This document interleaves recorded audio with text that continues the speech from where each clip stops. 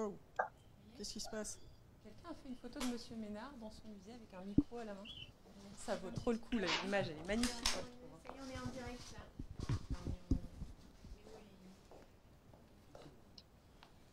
Non plus.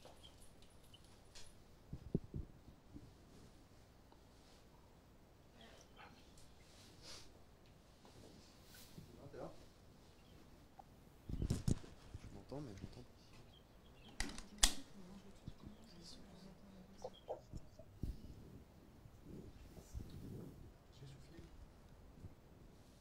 Sylvain, tu me reçois?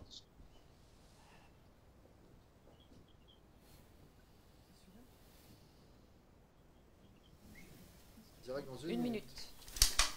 Expliquez des trucs parce que je comprends rien. Dans une minute, Monsieur Ménard.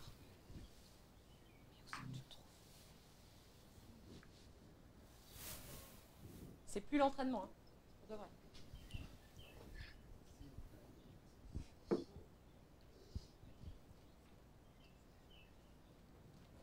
Générique dans 30 secondes.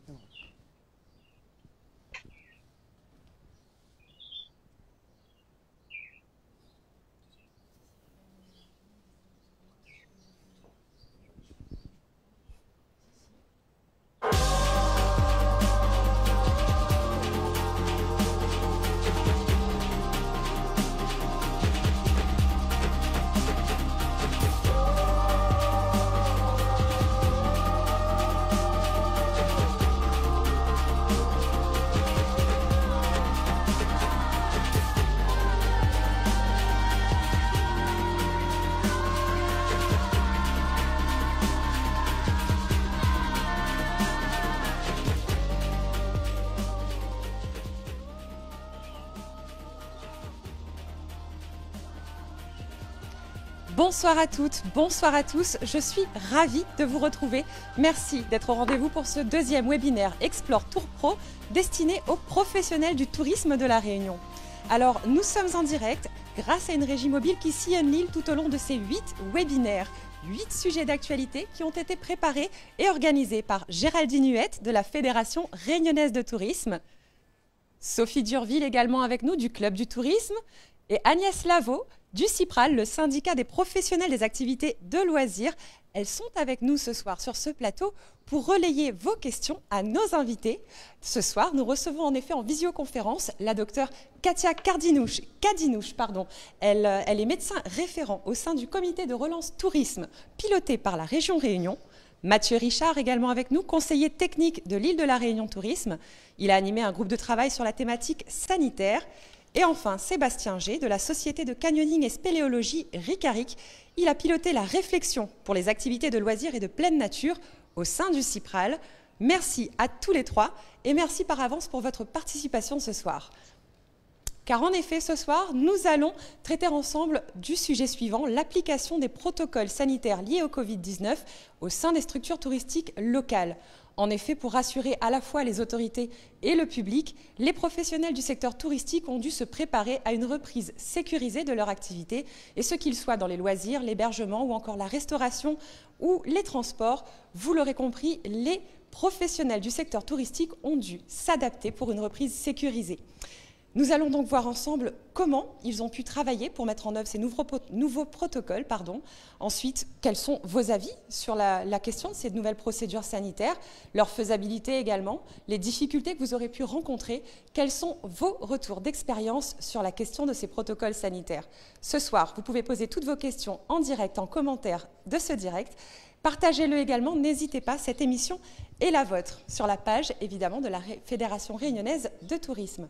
Vous l'aurez compris, ce soir, on parle tourisme. Alors, quoi de plus naturel que de se rendre auprès des professionnels du secteur?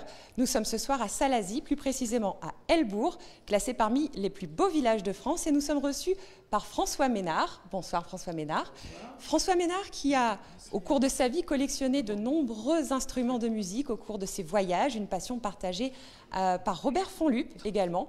Et à eux deux, ils ont tout simplement fondé ce magnifique musée des musiques et instruments de l'océan Indien où nous nous trouvons ce soir à la Maison Morange. Donc merci beaucoup, Monsieur Ménard, de nous recevoir ici. C'est clairement un lieu associatif, chargé d'histoire musicale, chargé d'émotions. Vous pouvez le voir sur les images dans quelques instants que nous ont offertes Monsieur Ménard, un magnifique musée avec une scénographie hors du commun.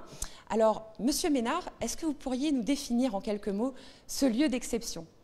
Alors, ce musée est un musée, comme vous l'avez dit, associatif, mais qui a été monté grâce à la complicité de la commune de Salazie, dont nous occupons un bâtiment qui nous est gracieusement offert. C'est un musée aussi qui a été subventionné par l'Europe, par la région, et qui reste un musée qui veut faire connaître en fait tout l'apport qu'ont fait les peuples venant d'Afrique, d'Asie, d'Inde, de Chine, à ces îles de l'océan Indien où nous résidons tous, ainsi que les Européens, bien entendu. Voilà, on a partagé une grande partie de nos cultures, de nos religions et, bien entendu, de notre patrimoine musical. Et c'est ce qu'on a voulu faire ressortir ici. C'est cet apport incroyable que représente ce melting pot à la fois culturel et à la fois musical. Donc en fait, il y a des instruments qui viennent de tous ces continents-là et que nous avons mis en scène en voulant faire sentir au public ce que sont ces cultures. Très bien, Monsieur Ménard, mais est-ce que vous avez rencontré des difficultés peut-être particulières pour recevoir à nouveau du public après cette crise sanitaire ? Alors bien entendu, comme tous les établissements, on a été confinés pendant très longtemps. Il a fallu maintenant réouvrir avec des conditions sanitaires dignes de pouvoir recevoir du public. Donc en fait, le public, il est limité à une certaine jauge, 10 personnes à la fois dans le musée, des personnes masquées, donc on confie des masques au public. Et puis bien entendu, la surface du musée permet quand même suffisamment cette distanciation dont on recommande dans tous les lieux publics. Est-ce que ça a été compliqué ou contraignant de repenser un peu l'accueil des visiteurs? Je pense notamment aux boîtiers pour entendre les instruments de musique. Il faut peut-être les désinfecter, notamment. Oui, bien entendu, comme on a des audiophones qui permettent d'entendre les instruments de musique, eh bien, il faut les désinfecter après chaque visite. Donc, c'est une contingence supplémentaire que notre personnel d'accueil fait naturellement. Combien d'instruments de musique dans ce musée, Monsieur Ménard? Il y a à peu près 500 instruments de musique de toutes ces parties du monde qui représentent cette mosaïque de l'océan Indien. Mais l'association possède plus de 1500 pièces, en fait.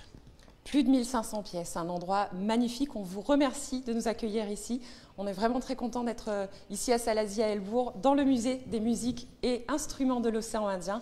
Merci à vous. On vous souhaite une excellente reprise, Monsieur Ménard, une belle suite d'activités. Et quant à moi, je ne peux que vous conseiller de venir découvrir ou redécouvrir ce magnifique musée ici à Helbourg. Combinez-le tout simplement à la Maison Folio, un autre haut lieu culturel dans ce village. Vous y rajoutez un peu de saucisse, de Salazie et de chouchou. Et puis ce sera un vrai régal, un dépaysement garanti. N'hésitez pas. Merci encore, Monsieur Ménard. C'est moi qui vous remercie et bien entendu, nous attendons notre public. Message passé. Message passé, merci beaucoup. Alors, il faut savoir, suite à un travail collaboratif entre l'IRT, la FRT, les offices du tourisme et les partenaires de chaque territoire, l'IRT a donc élaboré des films d'ambiance pour souligner les forces de chacun des territoires de la Réunion.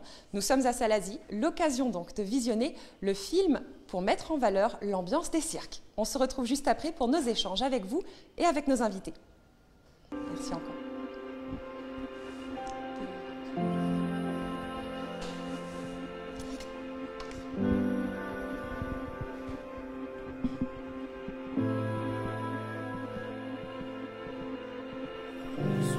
gardien du site. Je vais vendre mon cheval, palanqué par mes ancêtres. Je suis le gardien des Tébékés, des avalanches qui déboulent des montagnes, du vent qui bouillonne parfois dans le ciel.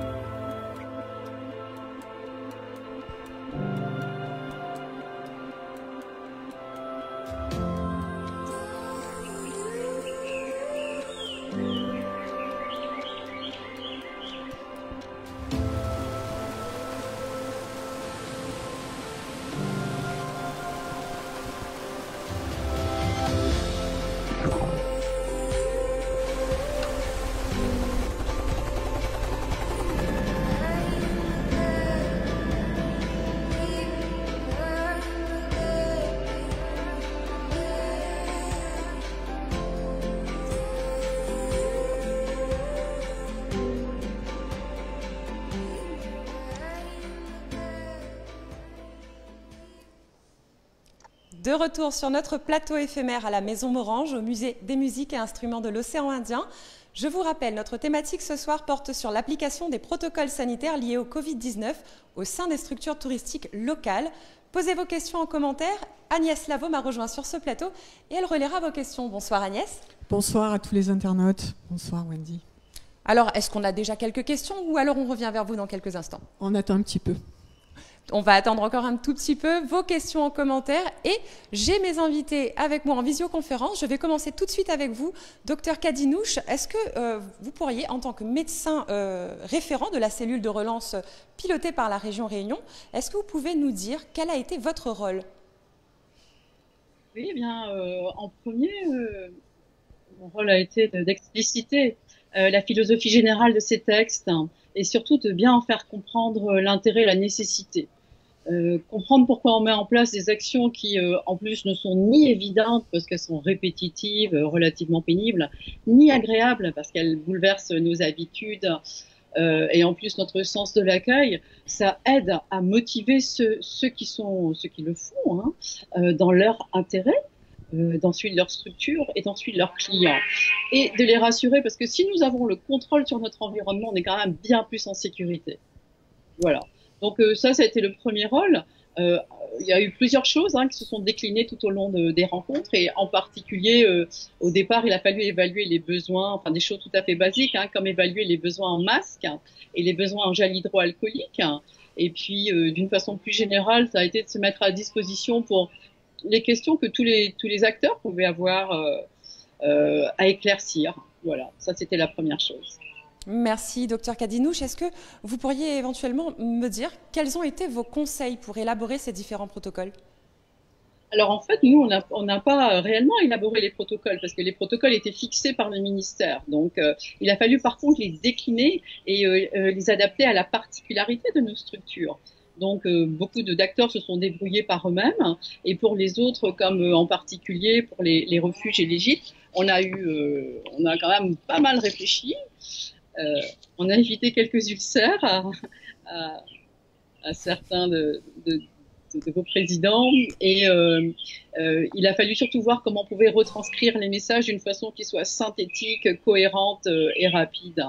On a aussi réfléchi à élaborer des outils que l'on pourrait mettre à disposition de toutes les structures pour qu'elles puissent faire un autodiagnostic de voir si elles remplissent bien toutes les exigences qui leur sont demandées. Et ça, je pense que Mathieu pourra nous en parler tout à l'heure.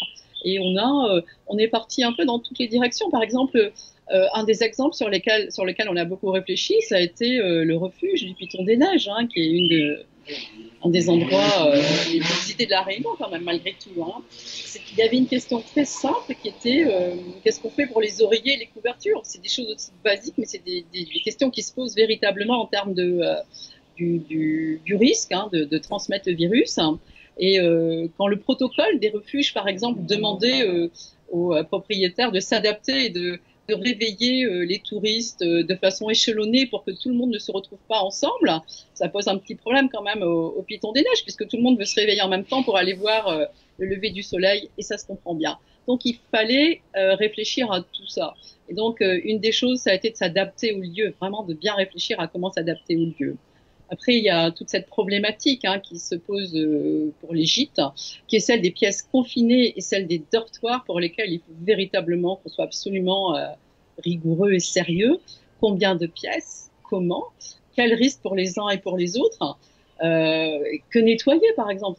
C'est des choses tout à fait basiques, mais c'est des choses par lesquelles le virus passe. Et en tant que vous tous, en tant qu'acteurs économiques, vous avez une responsabilité qui est réelle. Comment vous aider à bien comprendre les enjeux et bien la mettre en place? On l'entend bien, Katia Kadinouche, merci beaucoup. Il y a énormément de protocoles à mettre en place selon les structures. Vous parlez des gîtes notamment. Je vais me tourner maintenant vers Sébastien G. Bonsoir Sébastien G. Vous êtes quant à vous moniteur de spéléologie et de canyoning et vous avez animé, piloté le groupe de réflexion au sein du CIPRAL. Comment avez-vous procédé, Monsieur G? Bonsoir. Eh ben, en fait, c'est une réflexion qui a commencé maintenant, enfin maintenant on peut dire il y a longtemps, parce que ces questions-là, on se les est posées courant avril, avec comme objectif d'envisager dans quelles conditions nous allons pouvoir reprendre l'encadrement des activités de loisirs et d'élaborer des outils pour permettre aux différents professionnels de se préparer à cette éventuelle reprise et de s'approprier les protocoles. Donc ça, c'était un peu l'idée globale. Donc on a mené une réflexion sur, en fait, par phase dans nos activités, donc l'accueil des clients, le déroulement des prestations et enfin la restitution du matériel s'il y en a, et donc tout le processus de nettoyage et de désinfection du matériel. Donc après avoir listé un peu toutes ces contraintes, on s'est fait accompagner, par des médecins urgentistes, notamment à La Réunion en métropole, et des médecins en fait qui connaissaient parfaitement nos activités, donc nos contraintes. Donc on a pu élaborer un document type que les professionnels ont pu s'approprier pour après décliner des protocoles. Vous parlez des protocoles, je vais rebondir là-dessus. J'imagine qu'il y a autant de protocoles sanitaires que d'activités de loisirs, Monsieur G. Alors comment avez-vous priorisé votre approche? Alors en fait, c'est vrai qu'on n'a pas tous les mêmes activités, que ce soit pas tous les mêmes contraintes, que ce soit la plongée sous-marine, le parapente, le VTT, le canyoning. Donc en fait, on a constitué des groupes de travail, donc par activité, en listant les différentes contraintes, notamment est-ce qu'on fait un accueil du public dans un local, quelles mesures à prendre pour accueillir le public dans ce local, est-ce qu'on va effectuer du transport de passagers par exemple, donc pareil, là, on va avoir d'autres mesures à appliquer, et en fait l'axe central c'était donc comment mettre en place, comment adapter donc le respect des gestes barrières, des mesures de distanciation et après des mesures de désinfection à nos activités. Donc voilà, donc on a créé des groupes de travail par activité et on a élaboré des protocoles qu'on a soumis bien sûr à relecture, à validation auprès des médecins conseils qui nous auront accompagnés. Merci beaucoup Sébastien G. Je vais me tourner vers vous, Mathieu Richard. Vous êtes quant à vous conseiller technique à l'île de la Réunion Tourisme. Bonsoir. Vous avez vous aussi fait partie d'un groupe de travail sanitaire. Pouvez-vous nous dire quelles ont été les préoccupations des différents acteurs ? Oui, bonsoir. Donc, oui, moi, je fais partie du groupe sanitaire Mesures sanitaires locales. Je voulais juste rappeler les membres du groupe. C'était très complet. Donc, il y avait Atout France, le CIPRAL, Gîtes de France, Clés Vacances, l'UMI. Il y avait l'État, la CCIR. Le pilotage de ce groupe était assuré par l'IRT avec le docteur Kadinouche en copilote. Au niveau des préoccupations des différents acteurs, alors ces préoccupations, elles ont été évolutives. Il faut savoir que la première réunion de ce groupe s'est déroulée pendant le confinement. Donc à ce moment-là, il était difficile de se projeter dans le futur, d'anticiper, de savoir comment ça allait se passer. Et donc là sur cette période, les acteurs recherchaient prioritairement des solutions, des moyens de reprendre l'activité, que ce soit sur des protocoles, la validation des protocoles, l'approvisionnement matériel sanitaire également qui faisait partie des préoccupations. Et à ce moment-là aussi, beaucoup d'acteurs exprimaient un risque pour la survie de leur entreprise. On était vraiment dans le flou au fur et à mesure des réunions, de l'avancement dans le déconfinement. Les échanges ont évolué. Cette partie protocole et conditions de reprise de l'activité était toujours présente, mais est venu se greffer aussi les préoccupations sur le moyen long terme sur la clientèle. De quelle manière la destination Réunion pourrait rassurer la clientèle extérieure, faire venir de la clientèle extérieure, comment capter dans quel état d'esprit se trouve la clientèle locale pour consommer des produits touristiques. Donc c'était vraiment évolutif. Et donc le groupe a bien souligné l'importance de la sécurisation du parcours client, de la cohérence de la chaîne sanitaire sur l'ensemble de la chaîne de services touristiques pour s'afficher comme une destination safe. D'accord, très bien.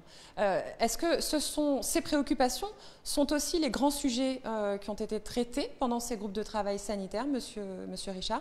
Est-ce que vous pouvez en quelques mots nous parler des sujets qui ont été traités? Alors sur les grands sujets, moi j'ai retenu principalement deux grandes thématiques, informer et accompagner. Donc informer les prestataires et les clients sur les mesures sanitaires locales, sur le côté safe de la destination, donc ça pour le côté information des clients, et informer les prestataires sur les mesures, les protocoles, ce qu'ils doivent faire, ce qu'ils doivent éviter comme geste pour complaire avec les obligations sanitaires. Donc vraiment cette notion d'information était très importante. Et ensuite l'accompagnement des prestataires. Certains prestataires sont très impliqués, très proactifs. D'autres prestataires ont eu plus de mal à appréhender cette situation exceptionnelle. Et donc, l'accompagnement était vraiment une notion clé qui est ressortie des échanges du groupe. Que ce soit un accompagnement personnalisé pour les prestataires qui ont des cas particuliers, ne serait-ce que dans la configuration de leur local, ou si je prends l'exemple de Mafat, où les gîtes sont dans des situations assez particulières vu leur localisation.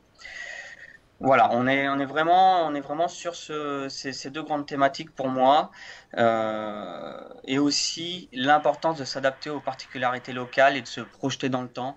On sait que la reprise va être très progressive. Une reprise progressive et sécurisée. Merci beaucoup à tous les trois pour ces premières réponses. Je vais me tourner vers vous, Agnès Lavaux. J'imagine qu'on a quelques questions qui sont arrivées. Oui, ça commence. Et on reste avec Mathieu parce que c'est une première question de Marie. Est-ce que les protocoles sont obligatoires? Alors, il faut savoir que pour les textes obligatoires, il y a une évolution tout au long des différentes étapes du déconfinement.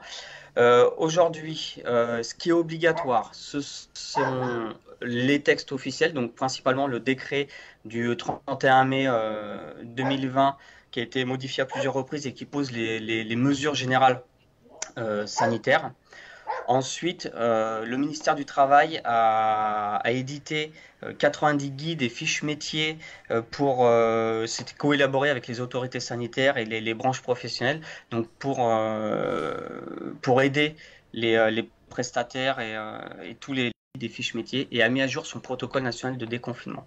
Donc actuellement, dans les textes sanitaires obligatoires, nous avons le décret qui pose des mesures générales et sectorielles, et le protocole national de déconfinement qui rappelle principalement les gestes barrières, la distanciation physique, le port du masque quand la distanciation n'est pas possible, le nettoyage des points de contact et l'aération des locaux.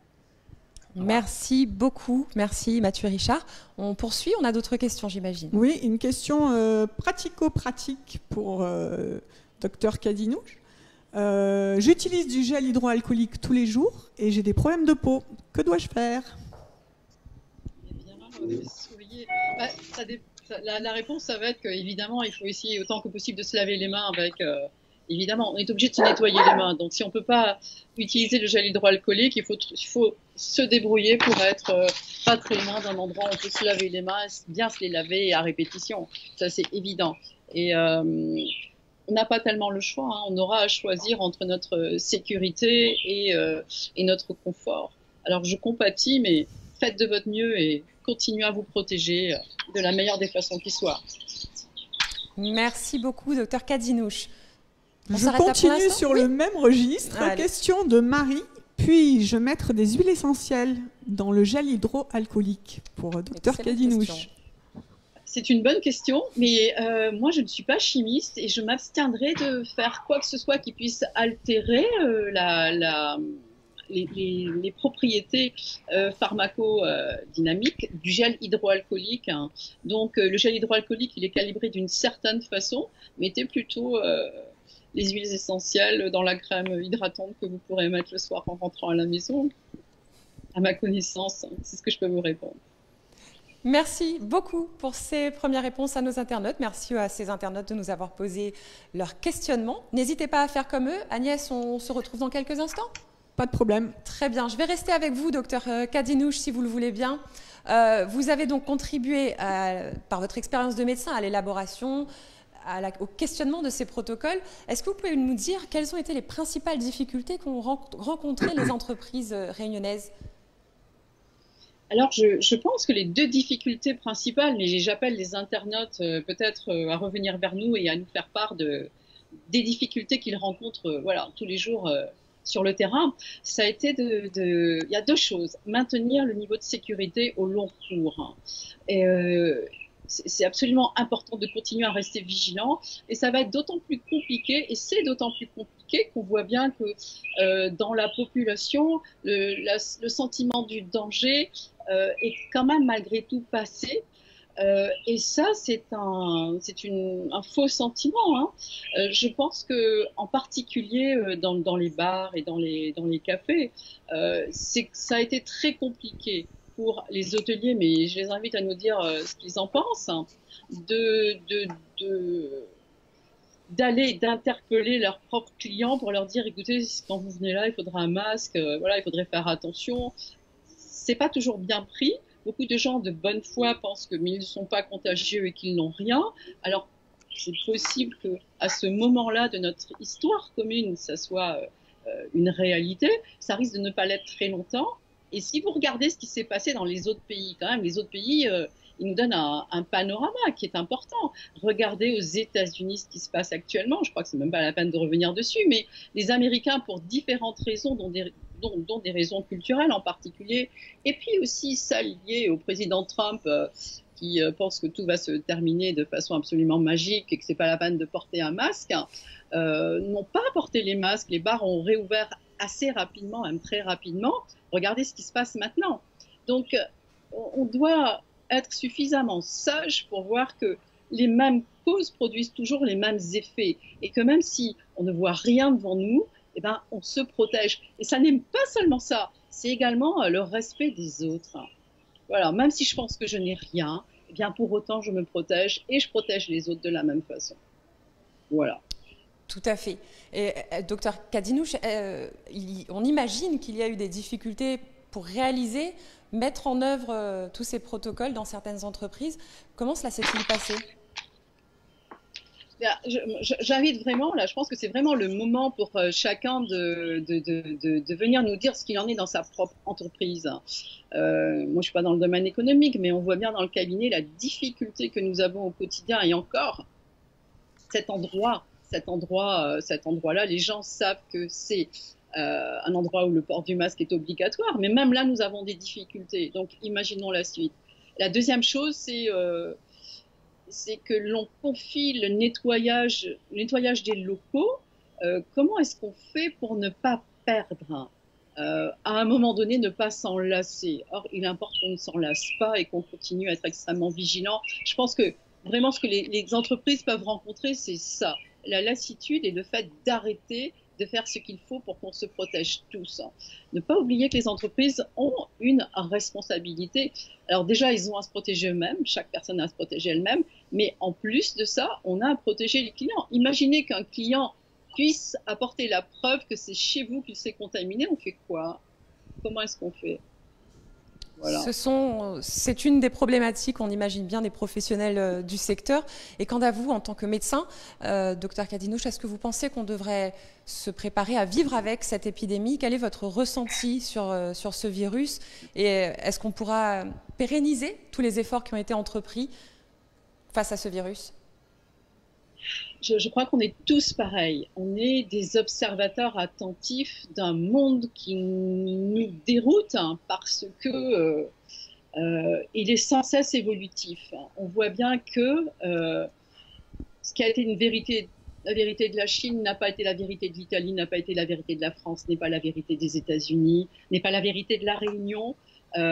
Et on voit bien que tout ceci commence à s'installer dans une forme de durée qui ne nous plaît pas. Si vous écoutez ce que disent les Américains actuellement, le docteur Fauci, qui est le spécialiste au niveau de la Maison-Blanche, il dit qu'on en est à 7% d'immunité aux États-Unis. Regardez la catastrophe que c'est.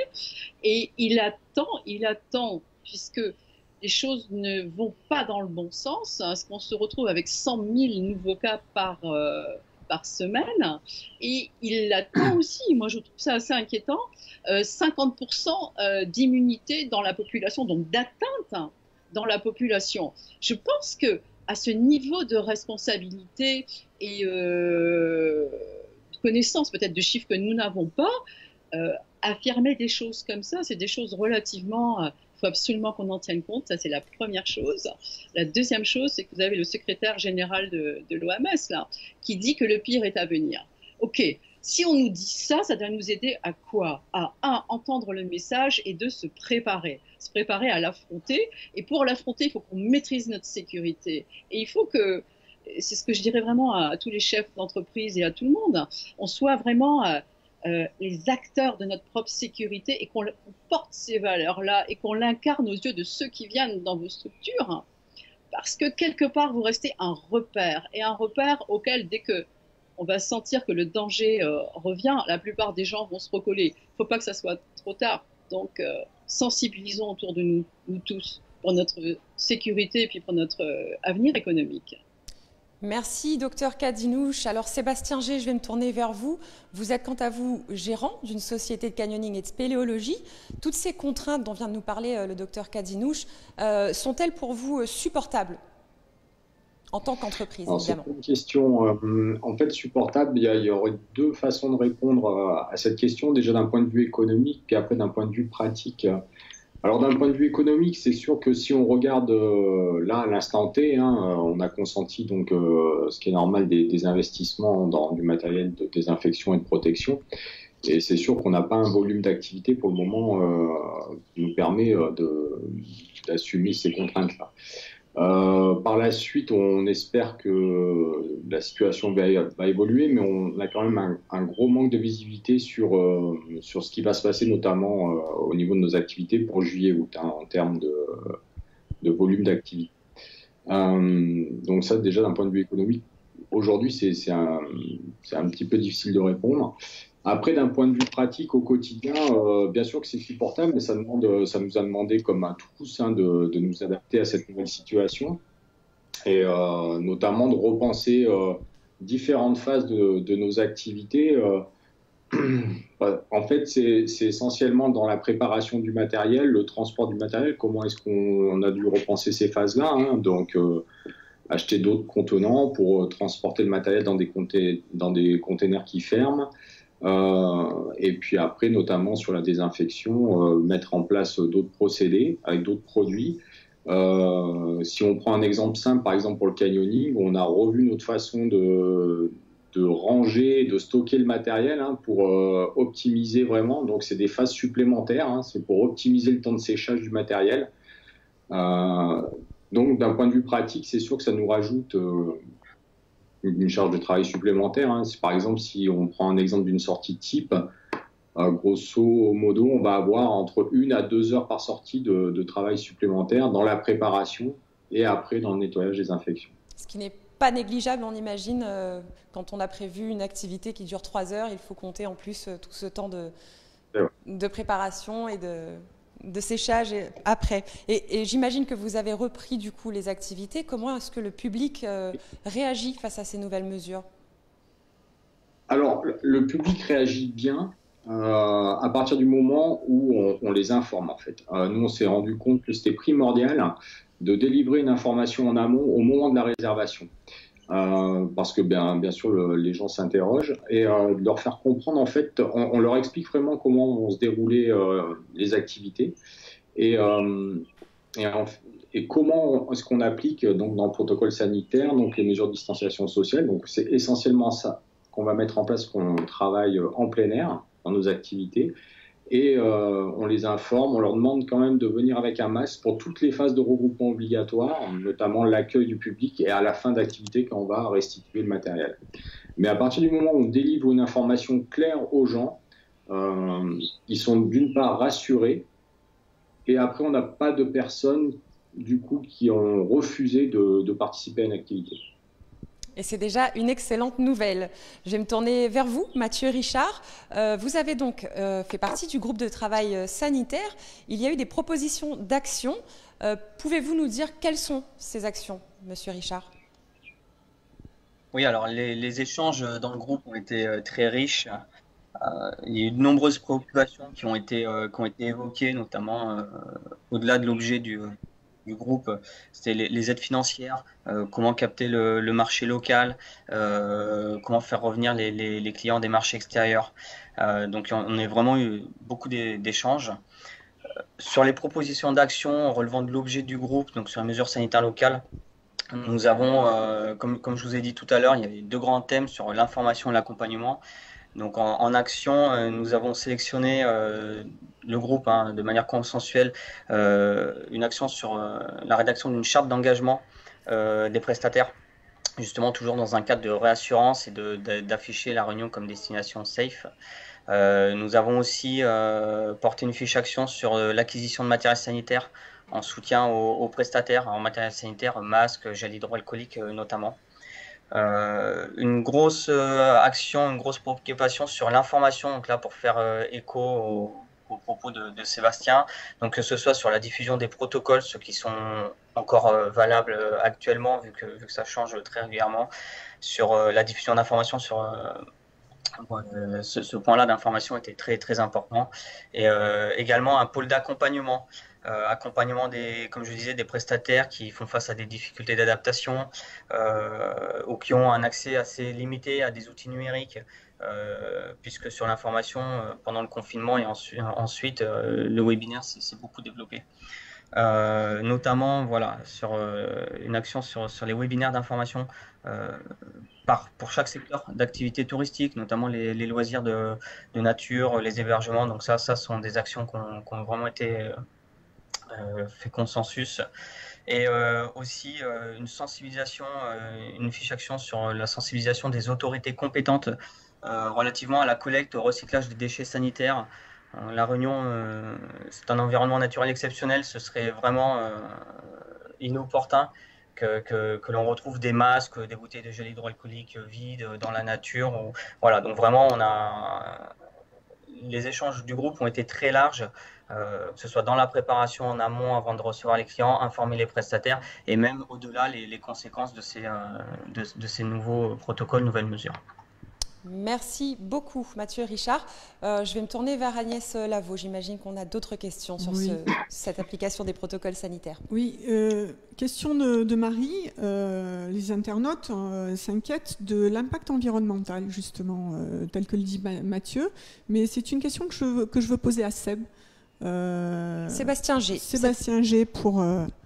cette comment question eux ont-ils appréhendé l'impact environnemental ? D'accord. Alors en fait, au tout début, c'est vrai que c'est une question qu'on s'est posée parce que dans la réflexion qu'on avait, notamment sur les produits virucides, au tout début, on n'avait pas forcément de solution. Et donc, la solution la plus simple, c'était l'emploi de javel dilué, bien sûr, pour la désinfection du matériel, etc. Grâce notamment à l'apport des collègues du CIPRAL qui exercent dans la plongée sous-marine, on a trouvé une gamme de produits virucides très intéressante. Donc il y a une commande groupée qui a été effectuée Et c'est des produits qui sont plus vertueux sur le plan environnemental, car ils sont biodégradables à 96%.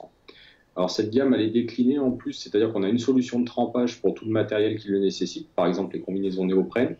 Et ce qui a été très intéressant pour nous également, c'est qu'il y a une solution qui existe en spray, donc avec les propriétés virucides, qu'on peut utiliser sur ce qu'on appelle les équipements de protection individuelle, donc tout ce qui va nous permettre d'assurer la sécurité de nos clients, c'est-à-dire des casques et des baudriers par exemple, et on ne peut pas mettre n'importe quoi dessus. Et donc là, c'est super parce qu'on a un produit simple d'utilisation, efficace, et avec des qualités environnementales intéressantes. Après, la réflexion aussi, elle a été menée notamment sur l'utilisation des masques. Et donc, c'est pour ça que dans nos activités, on demande, si possible, aux personnes de venir avec leur masque. Et on se rend compte que les gens ont pris des bons réflexes. Maintenant, quasiment tout le monde a son masque. Bien entendu, nous sommes équipés avec des masques à usage unique au cas où, pour faire face à nos obligations. Donc voilà, c'est une réflexion qu'on avait menée. Pour le moment, on se réjouit quand même des solutions qu'on a pu mettre en place pour avoir quand même des activités en réduisant l'impact environnemental. Merci Sébastien G. Agnès, on poursuit. Encore une question. Cette fois-ci, pour Mathieu qui parlait d'accompagnement et Marie qui dit je suis professionnelle, je souhaite être accompagnée, vers qui dois-je me tourner, où puis-je avoir les informations?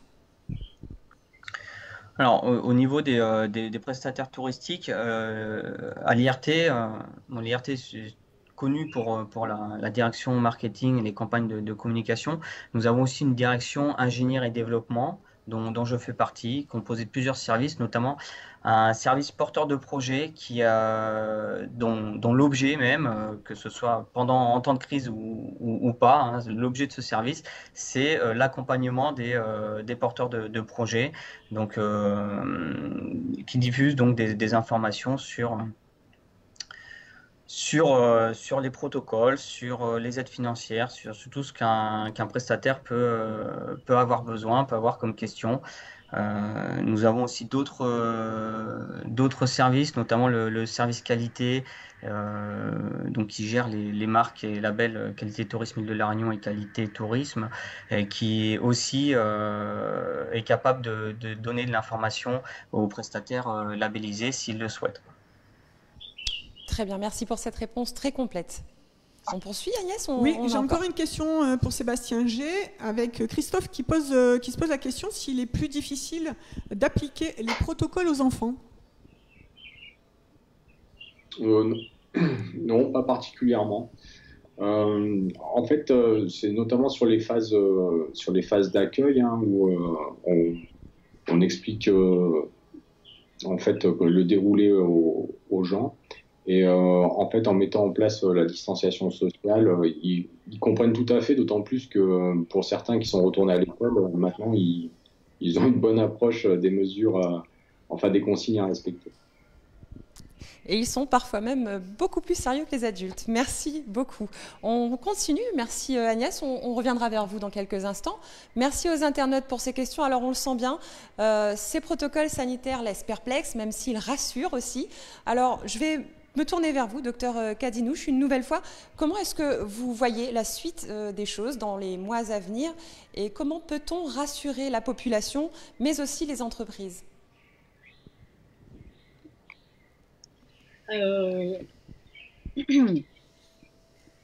Assurant chacun sa propre sécurité et celle des siens et celle autour de nous et tout, je crois qu'on ne peut que se rassurer les uns les autres, hein.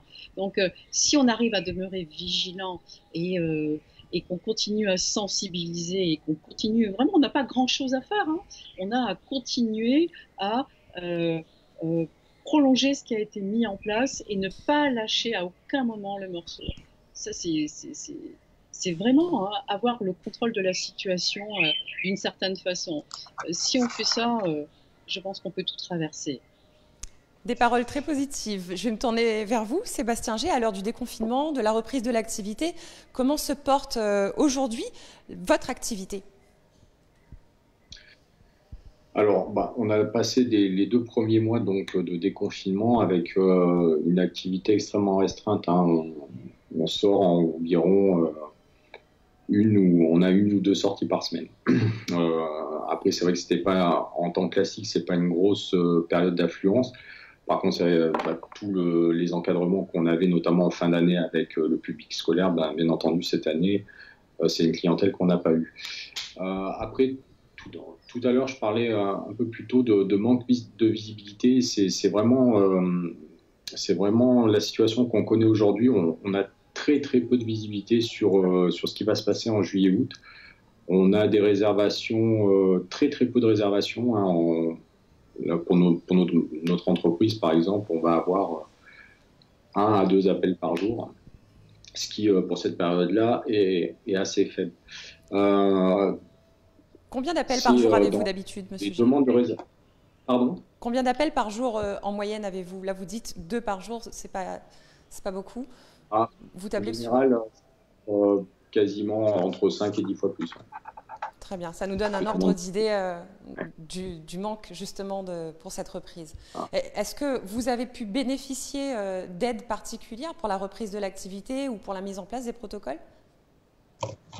Alors, comme toute entreprise, nous avons bénéficié du Fonds national de solidarité et du Fonds régional de solidarité. Après, pour la mise en place des protocoles, oui, il y avait une subvention qu'on pouvait demander donc, auprès de sa caisse d'assurance maladie, et donc qui allait couvrir 50% maximum de l'investissement effectué. Alors, en fait, pour les toutes petites entreprises comme nous, avec une salariée, il y avait un problème de calibrage parce que il fallait dépenser un montant minimal pour demander cette aide. Et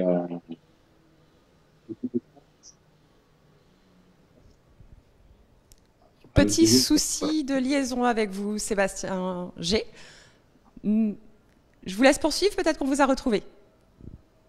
Oui, alors je ne sais pas exactement quand est-ce que ça a coupé, mais oui, donc en fait pour les toutes petites entreprises comme la nôtre, c'est vrai qu'il y avait un problème de calibrage pour cette aide et il fallait dépenser au moins 1 000 €. Donc on n'y était pas tout à fait. Et donc, on a fait le choix à notre niveau de ne pas demander cette subvention. Voilà. D'accord, très bien. On vous souhaite quand même bien du courage pour reprendre et on entend bien ce cri d'alarme. Je vais me tourner vers vous, Mathieu Richard. Comment l'IRT envisage d'accompagner justement les entreprises sur les sujets des protocoles sanitaires? Et d'ailleurs, est-ce que vous avez déjà des outils mis en place? Oui, alors il faut savoir que bien évidemment, l'IRT n'a pas compétence à éditer, à rédiger des protocoles sanitaires. Nous jouons toujours le rôle d'interface avec les prestataires, donc de diffusion d'informations. Et nous avons mis effectivement en place des outils à ce propos-là. Alors notamment sur le site pro de l'IRT, donc pro.reunion.fr, il y a une rubrique protocole sanitaire où l'ensemble des protocoles et des textes réglementaires donc relatifs à toutes les activités touristiques sont mis en ligne avec donc classés activité par activité avec un court paragraphe explicatif pour éviter la lecture fastidieuse par exemple du décret ou autre. Donc là, ça permet d'avoir une interface d'information donc régulièrement mise à jour. La dernière mise à jour a été effectuée cet après-midi. Voilà, donc je vous invite tous à aller tous les prestataires, à aller sur le site pro.reunion.fr. Ensuite, nous avons aussi mis en place un webinaire d'information. Donc le premier était consacré aux loisirs de pleine nature. Il a eu lieu mardi dernier. Donc le sujet était relatif aux dispositions réglementaires sur les loisirs de pleine nature.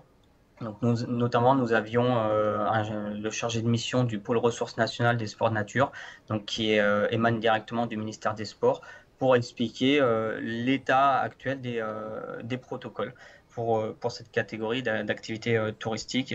Nous avions aussi un ingénieur HSE de la médecine du travail pour faire le point sur la circulation du virus, comment s'en protéger. Ce webinaire va bientôt être en ligne sur la chaîne YouTube de l'IRT là, dans les jours prochains. Donc voilà, donc vraiment on joue le rôle d'interface.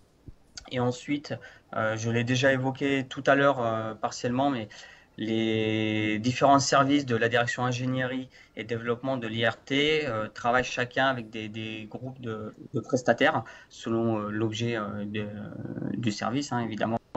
Et c'est tous les membres de ces services, que ce soit le service développement de produits, le service porteur de projet ou le service qualité que j'ai cité tout à l'heure, diffusent l'information, répondent aux questions des prestataires qui utiliseraient ce canal-là en recherche d'informations. Très bien, merci beaucoup Mathieu. Richard, je voulais savoir, il est quand même important, j'imagine, pour le public de connaître le travail des professionnels du secteur touristique. Est-ce qu'il y aurait un plan de communication prévu ? Alors oui, il y a un plan de communication prévu, hein, c'est une des grandes missions de l'IRT, hein, la partie marketing communication. Donc il y a un plan de communication prévu qui va se concentrer sur la métropole exclusivement, et vu les conditions du trafic aérien, et qui va se dérouler en 4 phases avec une montée en puissance progressive d'ici à septembre. L'objectif, c'est de limiter l'impact de la crise sur la haute saison. Donc la campagne de communication, elle va démarrer très bientôt, le 6 juillet, avec un spot sur France 2, donc à 20h40 pendant tout le mois de juillet. Voilà. Ensuite, je ne vais pas vraiment m'étendre sur ce plan de communication puisque la directrice marketing et communication de l'IRT, donc Sarah Lhéritier, sera dans votre prochaine émission le 16 juillet pour détailler toutes ces mesures-là. Tout à fait. Je voulais juste quand même noter que l'IRT a travaillé sur un parcours du voyageur sécurisé dans un but de réassurance pour les voyageurs extérieurs, on entend. Donc, ce parcours se compose d'infographies en 7 étapes, les 7 étapes du parcours voyageur, avec les étapes de sécurisation. Et ces infographies ont été reprises dans une vidéo, et il me semble bien qu'on va la voir maintenant, cette vidéo. Tout à fait. Merci à vous. Merci Mathieu Richard. On regarde cette vidéo et on revient.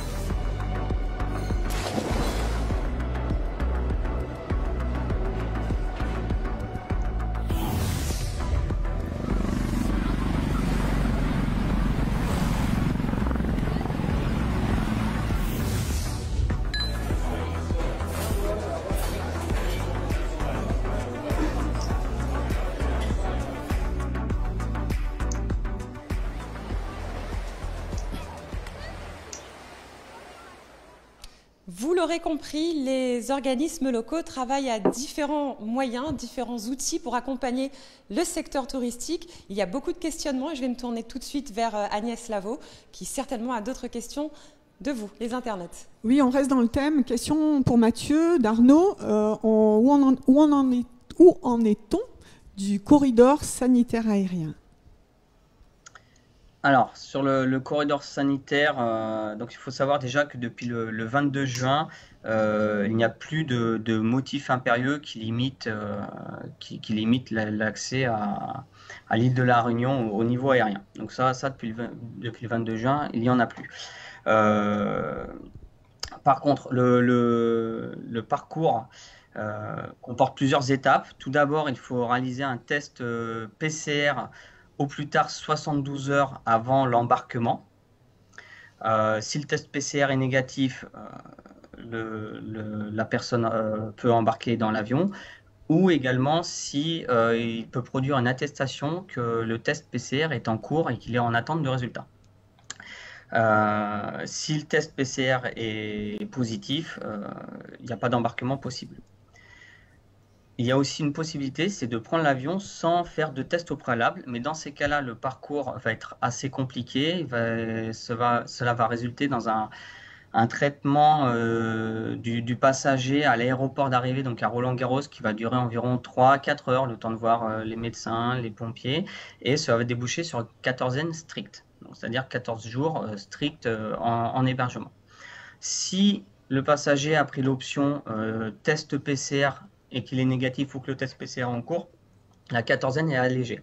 C'est-à-dire que le passager va pouvoir aller vers son hébergement et va devoir être à l'isolement pendant 7 jours. Au bout de 7 jours, un deuxième test PCR est effectué. Si celui-ci est négatif, le passager, enfin la personne peut sortir de son hébergement, n'est plus confiné. Par contre, avec obligation de porter un masque, d'éviter les attroupements, de ne pas prendre les transports en commun et de respecter strictement les gestes barrières. Voilà, ça évidemment c'est ce qui est en mesure, ce qui est en vigueur jusqu'au 10 juillet au plus tard, c'est-à-dire le 10 juillet, c'est la date prévue de promulgation de la loi sur la fin de l'état d'urgence sanitaire qui va mettre en œuvre de nouvelles dispositions et dispositions qui ne sont pas encore connues à ce jour. C'est en débat, elles sont en débat au Parlement actuellement. Très bien, merci beaucoup. On va continuer tout de suite avec la prochaine question. Mais toujours pour Mathieu, la Réunion, question de Cédric, la Réunion peut-elle prétendre à un label Destination Safe? Alors, un label Destination Safe, oui, la Réunion peut y prétendre dans la mesure où, comme tous les intervenants l'ont répété depuis le début de l'émission, les protocoles sont respectés, les protocoles sont mis en place. La plupart des prestataires respectent scrupuleusement les mesures. Au niveau de l'aérien, de l'aéroport, l'aéroport est vraiment dans une optique de rassurer la clientèle, les touristes et la population. Donc réfléchit à des mesures notamment de caméras thermiques. Donc la Réunion est vraiment dans une démarche pour devenir destination safe et pour obtenir un label destination safe. Et effectivement, toute la chaîne touristique joue le jeu de cette optique-là. Eh bien, on l'espère. On va tout de suite continuer avec la prochaine question, Agnès. Question pour Sébastien d'Annie. Est-ce que les protocoles sanitaires sont un frein à la reprise d'activité?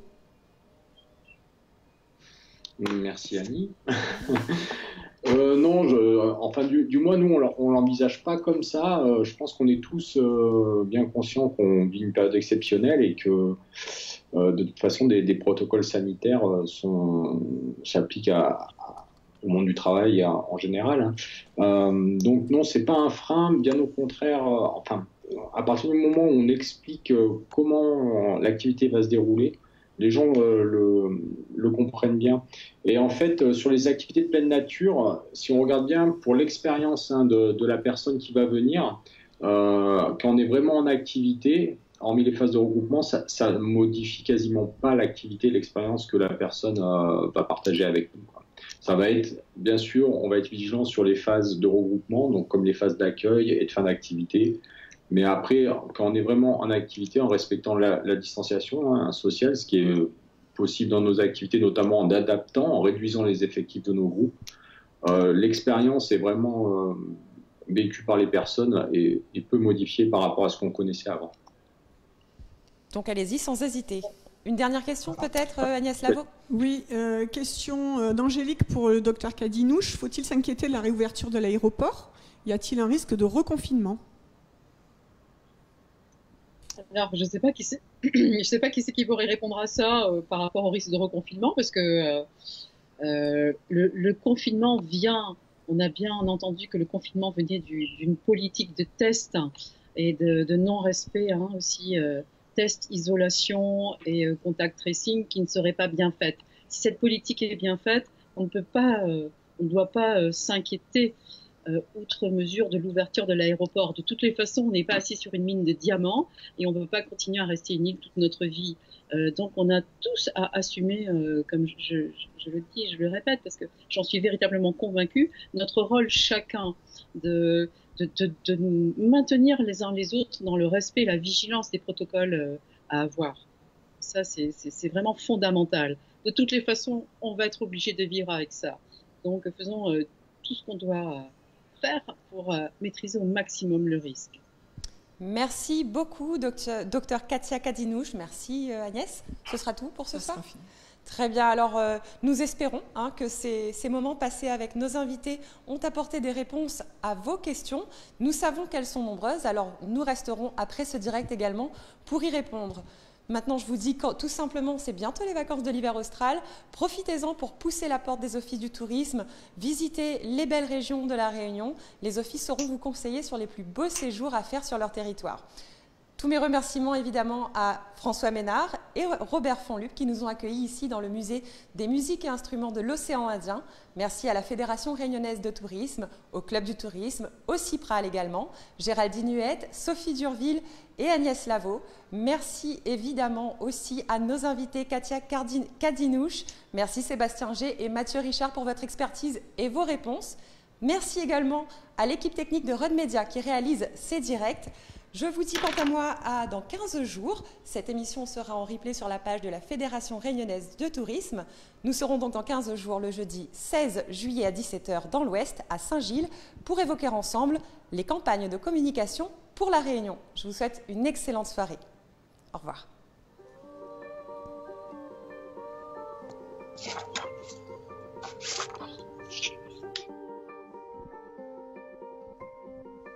Mi vavon, bibon la mondos, mi